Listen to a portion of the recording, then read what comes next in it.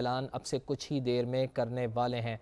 تو یہ کوئی پہلے رہنما نہیں ہیں جو استحکام پاکستان پارٹی میں شامل ہو رہے ہیں۔ اس سے پہلے پاکستان تحریک انصاف کے متعدد ایسے رہنما ہیں جن کو اختلاف تھا پاکستان تحریک انصاف کی سیاست سے، اور خاص طور پر 9 مئی سانحے کے بعد سے متعدد ایسے رہنما ہیں جنہوں نے استحکام پاکستان پارٹی میں شمولیت اختیار کی ہے، اور انہی میں سے ایک رہنما فاروق حبیب بھی ہیں جو اب سے کچھ ہی دیر بعد، چند لمحوں بعد ہی باقاعدہ باضابطہ اعلان کریں گے استحکام پاکستان میں شمولیت کا۔ تو یہ ایک اچھی خبر ہے استحکام پاکستان کی سیاست کے لیے بھی کہ سابق رہنما پاکستان تحریک انصاف فاروق حبیب اب استحکام پاکستان پارٹی میں شامل ہونے جا رہے ہیں۔ اپنا سیاسی مستقبل انہوں نے استحکام پاکستان پارٹی کے ساتھ جوڑ لیا ہے، اور یہ کوئی جو لوگ ان کے ساتھ بیٹھے ہوئے ہیں یہ کوئی نئے نہیں ہیں، کوئی ایسا نہیں ہے کہ ان کے ساتھ ورکنگ ریلیشن ان کو نیا بنانا پڑے گا۔ یہ وہی لوگ ہیں جو پاکستان تحریک انصاف آپ سب کا بہت شکریہ یہاں پر تشریف لانے کا۔ تمام میڈیا کے نمائندگان ہیں، آپ سب کے ساتھ ایک بڑا پرانا ایک تعلق ہے، اور آپ لوگوں نے مجھے بطور اسٹوڈنٹ رہنما کے طور کے بھی اوپر لاہور شہر میں پالیٹکس کرتے دیکھا ہے، اور جو میری سابقہ جماعت ہے پاکستان انصاف، اس میں بھی آپ نے مجھے ایک متحرک کردار ادا کرتے ہوئے دیکھا۔ پچھلے کو تقریباً 3 ہفتوں سے 20 روز سے میں نے اپنا رابطہ جو ہے وہ اپنی فیملی کے ساتھ بھی منقطع کیا ہوا تھا۔ اس کی کچھ ریزنز ہیں، کچھ وجوہات ہیں، جن وجوہات میں سب سے بڑی وجہ یہ تھی کہ پچھلے 5 ماہ سے ہم سب لوگ اپنے گھروں میں موجود نہیں تھے، اپنی فیملیز کے ساتھ جو ہے وہ رابطے میں نہیں تھے، اور 9 مئی کا جو ایک واقعہ پیش آیا، جو افسوسناک واقعہ تھا، اس واقعے کے بعد ہم سب اپنے اپنے گھروں سے دور تھے، اور ہم قانون کا جو ہے وہ سامنا نہیں کر رہے تھے۔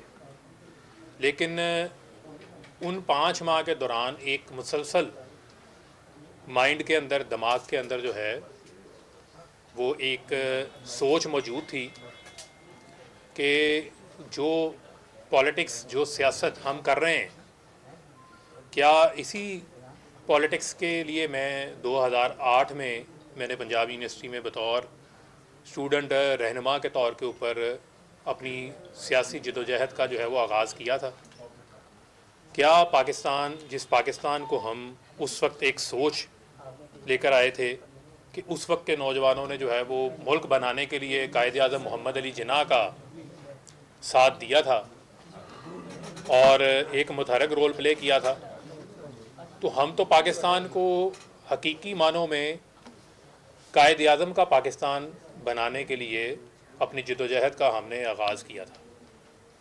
تو یہ سوالات مسلسل، ان کے جواب جو ہے وہ میں اپنے آپ سے پوچھ رہا تھا، کیونکہ جو آپ کی سیلف اکاؤنٹیبلٹی ہے، جو آپ کا خود احتسابی کا عمل ہے، وہ بہت ضروری ہوتا ہے۔ بعض اوقات آپ حالات اور واقعات کے تسلسل میں، جذبات میں آپ اتنا آگے چلے جاتے ہیں کہ آپ جو ہے وہ حقیقت سے بہت دور چلے جاتے ہیں، اور میں بھی اسی مرحلے کے اندر، اسی جو ہے وہ تذبذب کا شکار تھا۔ تو میں نے یہ اپنا ایک ٹائم ٹیک اپ کیا تاکہ میں اپنا ایک فیصلہ کر سکوں۔ اس میں میری بہت سارے ایسے کچھ روحانی لوگ ہیں، انہوں نے بھی میری مدد کی، کچھ میرے مخلص دوست ہیں، انہوں نے بھی اس میں مجھے اس نتیجے پہ پہنچنے پہ میری جو ہے وہ مدد کی۔ یہ کوئی ہماری کوئی ایسی جنگ نہیں ہے، یہ کوئی کفر اور اسلام کی جنگ نہیں ہے، بلکہ ہم اپنے ہی ملک کے اندر جو ہماری ایک ڈیموکریٹک جمہوری جو ہماری سٹرگل ہونی چاہیے، اس سٹرگل سے ہٹ کے ہم ملک کو وائلنس کی سطح کے اوپر لے آئے، اور جو ہمارا مقصد تھا کہ ملک کو ہم نے قائد اعظم کا پاکستان بنانا ہے، وہ قائد اعظم کے پاکستان سے ہم دور ہٹ گئے، اور میں اس پہ بھی آؤں گا کہ اس کی کیا وجوہات تھی، کیا ریزنس تھی۔ مثلاً 9 اپریل کو 2022 کو ووٹ آف نو کانفیڈنس ہو جاتا ہے۔ ووٹ آف نو کانفیڈنس ہوا، سیاسی گیمکس ہوتی ہیں، سیاست کے اندر گیمکس ہوتی ہیں، عمران خان صاحب نے بھی کی ہیں, اگر کسی اور نے بھی کی ہیں, تو انہوں نے نو کانفیڈنس ہوا آئینی طریقے سے. آئین میں موجود ہے کہ آپ کے پاس اگر اکثریت نہیں ہے تو آپ ووٹ آف نو کانفیڈنس سے آپ کو ہٹا دیا جائے گا. لیکن اس ووٹ آف نو کانفیڈنس کے بعد نہ ہمیں چین سے بیٹھنے دیا گیا جو پارٹی کے عہدیداران تھے, نہ پارٹی کے ورکروں کو, نہ ہی جو پاکستان کی عوام ہے. یعنی کہ ایک جو میرے مطابق, میری سوچ کے مطابق ایک ڈیموکریٹک سٹرگل ہونی چاہیے تھی کہ ٹھیک ہے, آپ کو اگر 3.5 سال موقع ملا, آپ ہٹ گئے ہیں, آپ آئینی طریقے سے ہٹے ہیں, آپ انتظار کریں, آپ انتخابات کا انتظار کریں, انتخابات آئیں گے آپ کو موقع مل جائے گا. لیکن آپ نے جو راستہ اختیار کر لیا, وہ راستہ آپ نے جو ہے وہ پرامن مزاحمت کی بجائے جو ہے وہ آپ نے پرتشدد مزاحمت کا راستہ اختیار کر لیا, جو کہ کم از کم میرے جیسے جو نوجوان ہیں جن کو عمران خان صاحب نے, جب انصاف اسٹوڈنٹس فیڈریشن کی بنیاد رکھی جا رہی تھی, اور یہاں بہت سارے صحافی ایسے بیٹھے ہیں جن کو اس چیز کا علم ہے, انہوں نے ہمیں دیکھا ہے کہ ہم تو خود مار کھا لیتے رہے ہیں لیکن ہم نے پرتشدد مزاحمت اختیار نہیں کی تھی. ہم پرامن پیغام اسٹوڈنٹس کو ممبرشپ کیمپس لگا کر یونیورسٹیز میں, ہاسٹلز میں ان کو دیا کرتے تھے. یعنی کہ مجھے یہ خود پتہ ہے کہ ہم نے 24 گھنٹے 48 گھنٹے ہم لوگ اتنا دیوانہ آور کام کرتے تھے کہ ہم نے کھانا نہیں کھاتے تھے. ہم 40 دن 50 روز میں فیصل آباد اپنے گھر نہیں جاتا تھا, اپنی فیملی سے میری ملاقات نہیں ہوتی تھی. اتنا جنون کے تحت ہم کام کر رہے ہوتے تھے. ہم تو 2008 میں اس وقت کام کر رہے تھے جب لوگ ہم سے پوچھتے تھے کہ پی ٹی آئی ہے کیا, آپ سے ممبرشپ لیں گے تو اس ممبرشپ کا ہمیں کیا فائدہ ہوگا. ہم نے دنوں میں یونیورسٹیز میں کام کرنا, رات کو جا کے لاہور کے ہاسٹلز کے اندر ڈور ناکنگ کر کے اسٹوڈنٹس کو ممبر بنانا, ان کو کنونس کرنا. لیکن اس وقت ہمارا پیغام کیا تھا؟ ہمارا پیغام تھا قائد اعظم کا پاکستان. ہمارا جو پیغام تھا وہ پیغام تھا نان وائلنٹ. جو پی ٹی آئی ہے, جو انصاف اسٹوڈنٹ فیڈریشن ہے, وہ نان وائلنٹ تحریک ہے. ایک F I R I S F کے اوپر نہیں ہے کوئی, کیونکہ ہم نے کبھی کوئی پرتشدد کارروائی کا حصہ ہی نہیں لیا تھا.